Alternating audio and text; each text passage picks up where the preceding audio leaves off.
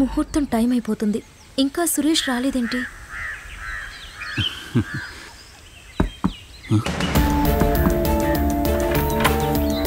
ఎవరు కావాలండి? ఎస్పీ గారు రమ్మంటున్నారు, పద. దేనికి? అదంతా మా తెలీదయ్యా, కింద రమ్మన్నారా? నాకు 1 అవర్ పని ఉందండి, అది చూసుకొని వస్తాను. చెప్పేది అర్థం కదా? నాకు అర్జెంట్ పని సార్, ప్లీజ్. నేను వస్తానంటున్నా, వదలమంటుంటే సార్ ప్లీజ్.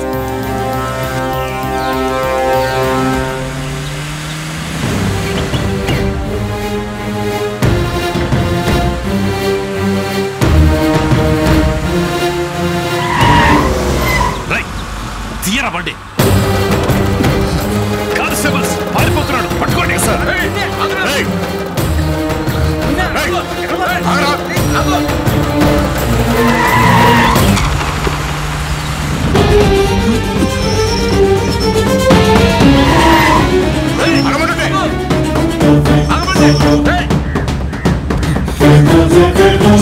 ఆగు, నేను చెప్పేది విను. ఆగుతావా లేదా?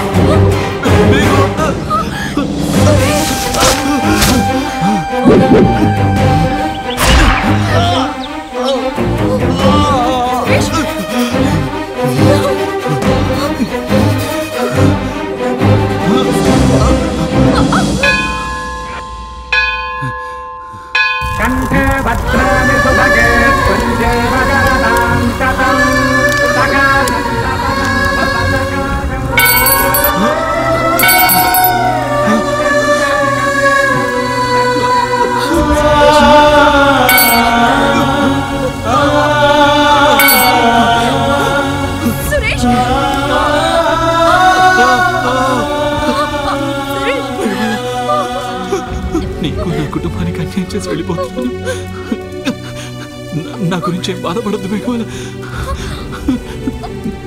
నాకు మాట ఇవ్వా? చెప్పు సురేష్. నేను చనిపోయానని మా కుటుంబానికి ఇప్పటికీ తెలియకూడదు మేఘమాల. నేను బతికే ఉన్నానని వాళ్ళు అనుకోవాలి.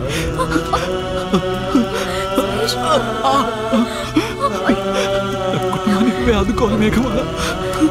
నాకు మాట ఇవ్వు మేఘమాల. నీకు మాటిస్తున్నాను.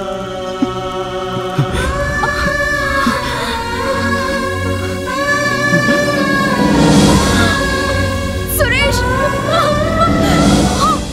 ఈ జన్మలాగే ప్రతి జన్మలోనా నీ జంటగా పుట్టమంటోంది ప్రాణం.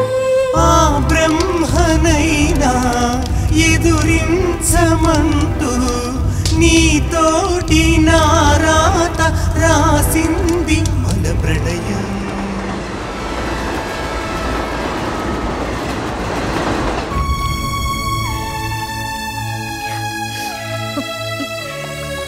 అది రాజా నా కథ. నడి సముద్రంలో నావలాగా నా జీవితం మధ్యలోనే ఆగిపోయింది. వాళ్ళ కుటుంబాన్ని పోషించడానికి కాలేజీలో లెక్చరర్గా చేరాను. ఒక మిమిక్రీ ఆర్టిస్ట్ సహాయంతో సురేష్ లాగా మిమిక్రీ చేయిస్తూ వాళ్ళ కొడుకు బ్రతికే ఉన్నాడని వాళ్లకు సంతోషాన్ని నింపుతున్నాను. కానీ నా గతం తెలియక నన్ను ఏడిపించావు, నా వెంట పడ్డా. నిన్ను మనిషిగా చెయ్యాలనుకున్నాను, నువ్వు మారా, నాకంతే చాలు. మీ గతంతో నాకు పని లేదు. మీకు ఇచ్చిన మాట ప్రకారం మిమ్మల్ని పెళ్లి చేసుకుంటాను. రాజా, నా మాట విను ప్లీజ్. రాజా, రాజా నేను చెప్పేది విను. రాజా, ఇంకేం మాట్లాడదు. రాజా ప్లీజ్.